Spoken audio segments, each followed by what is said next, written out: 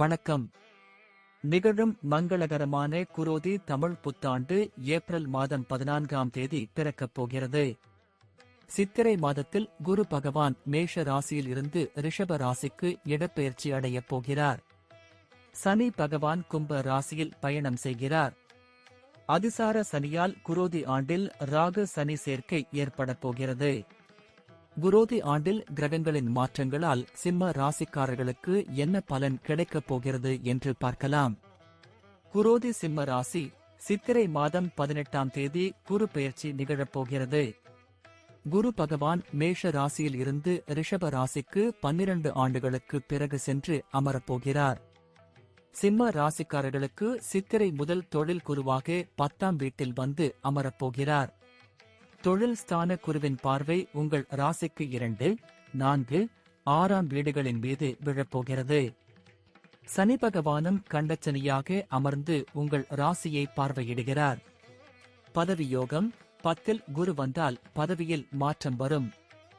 Business, தொழில், வியாபாரத்தில் மாற்றம் வரும். பதவியில் புரமோஷன் கிடைக்கும்.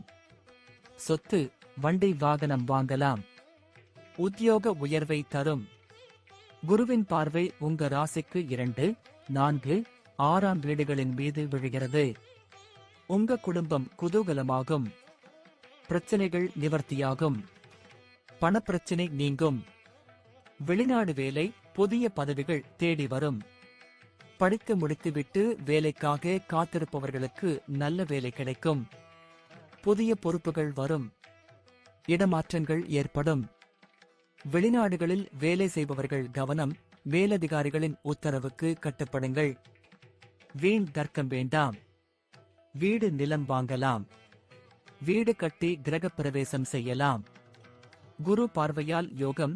குரு பார்வையால் குடும்பத்தில் சுப காரியம் நடைபெறும். 4ஆம் வீட்டில் குரு பார்வை விழுவதால் வேலையில் இடம் மாற்றம் ஏற்படும்.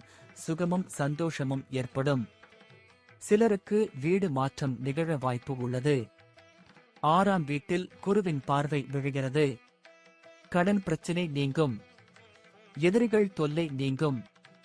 சனி பகவான் கண்டச்சனியாக உங்கள் ராசிக்கு நேர் எதிரே சனி பகவான் ஆண்டு முழுவதும் அமர்ந்திருப்பதால் வேலையில் பொறுப்பும் குடும்ப பாரமும் தானாகவே வந்து உங்கள் தலையில் உட்கார்ந்து கொள்ளும்.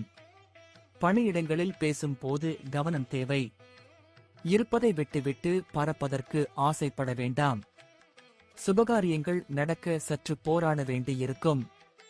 உடல் ஆரோக்கியத்தில் அதிக கவனம் தேவை. சனி தரும் சச யோகத்தால் செல்வம் வீடு தேடி வரும்.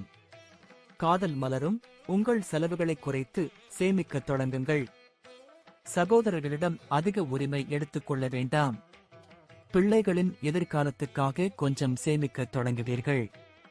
சிலருக்கு காதல் மலரும். திருமணம் நடைபெறும். நீண்ட நாட்களாக பிரிந்திருந்த தம்பதிகள் குரோதி ஆண்டில் ஒன்று சேருவார்கள். ராகு கேது குரோதி ஆண்டு முழுவதும் ராகு பகவான் உங்கள் ராசிக்கு அஷ்டமஸ்தானத்தில் பயணம் செய்வார். தனவாக்கு ஸ்தானத்தில் பயணம் செய்வதால் தடைகளை தாண்டி வெற்றி பெறப்போகிறீர்கள். மனக்கவலைகள் நீங்கும். போட்டிகளை சமாளித்து வெற்றி பெறுவீர்கள். பேச்சை உங்கள் கண்ட்ரோலில் வைத்துக் கொள்ளுங்கள். வெற்றிகள் தேடி வரும். இந்த ஆண்டு முழுவதும் பண விஷயத்தில் வாக்கு கொடுப்பதை தவிர்த்துவிடுங்கள். எந்த இக்கட்டான சூழ்நிலையையும் மன உறுதியுடன் சமாளித்து வெற்றி காண்பீர்கள். மே மாதத்திற்கு பிறகு வெற்றிகள் உங்களுக்கு தேடி வரப்போகிறது. குரோதி ஆண்டில் கிரகங்களின் பயணம் சாதகமாக இருப்பதால் மகிழ்ச்சியில் திளைக்கப் போகிறீர்கள். நன்றி. வாழ்க வளமுடன்.